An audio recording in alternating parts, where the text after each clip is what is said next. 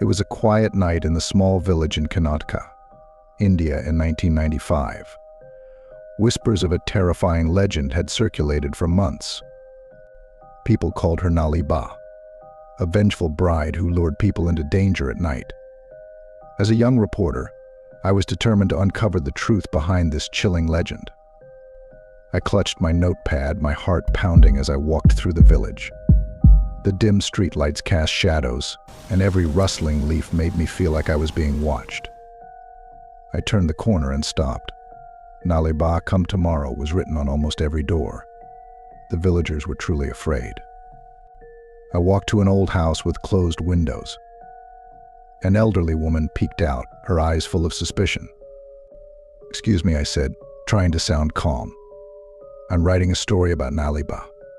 Could you tell me what you know?" The woman turned pale. She whispered, "You shouldn't be here. She knocks at night, calling in familiar voices. If you open the door..." She shook her head in fear. "What happens?" Then I asked eagerly. "Death, or worse. Families disappear, leaving empty homes. We write Nale Ba to trick her." I quickly wrote in my notepad, my curiosity stronger than my fear. As I thanked the woman and turned to leave, a cold wind blew, turning off the streetlights and plunging me into darkness. Then I heard a soft, melodious voice calling my name. "Raj. Sounding exactly like my mother. Raj, come home, dear." My blood ran cold. I knew it couldn't be my mother. She was away visiting relatives in another city. This was it, the legend come to life. I stood frozen, scared and unsure. The voice called again, now closer. "Raj, why don't you answer me?" My feet moved on their own, rushing me through the winding streets. I heard footsteps and the swish of fabric behind me, but I didn't dare look back. I burst into the town square, panting heavily. In the center stood the village elder, a wise old man. He looked at me with knowing eyes. "You've heard her, haven't you?" he asked. I nodded, too scared to speak. "Come, let me tell you the true story of Nale Ba. Long time ago, a young woman named Lakshmi was about to marry the man she loved. But on her wedding night, jealous men from the village killed her and her husband. As she died, she vowed to take revenge on all men who harm women. Now she wanders the streets, looking for her lost love. But her sadness and anger have changed her. She calls out, using the voices of our loved ones, trying to trick men into danger." I listened, captivated and horrified. "But why do people write Nale Ba on their doors?" I asked. The elder smiled softly. "It was my idea many years ago. I thought if we tricked her into thinking she should come back tomorrow, we could keep her away. It worked, but the fear still stays." Suddenly, a woman's wail echoed through the night. The elder and I froze. "Go home, child," he urged. "Write your story, but be careful. Some truths are better left in the shadows." I hurried home, my mind racing.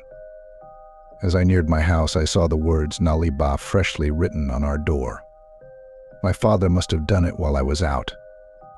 That night I couldn't sleep. The story of Nale Ba kept playing in my mind. Was she real or just a story? The fear she caused was real, but what was the truth? As a journalist, I struggled with how to tell the story. There was no proof, just fear and belief shared by the community. But the legend had a real impact. It brought people together, made them more aware, and gave comfort in the face of fear. Over time, the fear of Nale Ba faded. The younger generation called it an old story, but in rural areas of Karnataka, you could still see those words written on doors. Now, 30 years later, as I finish my book on Nale Ba, I feel torn. The journalist in me sees it as an interesting piece of folklore, but the part of me that still jumps at strange noises at night wonders if there's more to it. On dark, quiet nights, when the wind whispers through the trees, I sometimes hear a faint voice calling my name. Though I know it's my imagination, I whisper, "Nale Ba, come tomorrow." As I close my laptop, A knock sounds at my door. Raj, open the door. Calls a voice that sounds exactly like my long-dead father. My hand freezes on the doorknob. Could it be? After all these years? I take a deep breath, turn around, and write on a piece of paper. Nale Ba. I slip the paper under the door and step back, heart pounding. The voice doesn't call again. Tomorrow, I tell myself. I'll deal with it tomorrow. But of course, for Nale Ba, tomorrow never comes. What would you do if you heard your loved one's voice calling you at midnight, but you knew they weren't home? Would you open the door? Let me know your thoughts in the comments below. And if this story gave you chills, don't forget to like, share, and subscribe for more terrifying tales. Until next time, sleep well, if you can.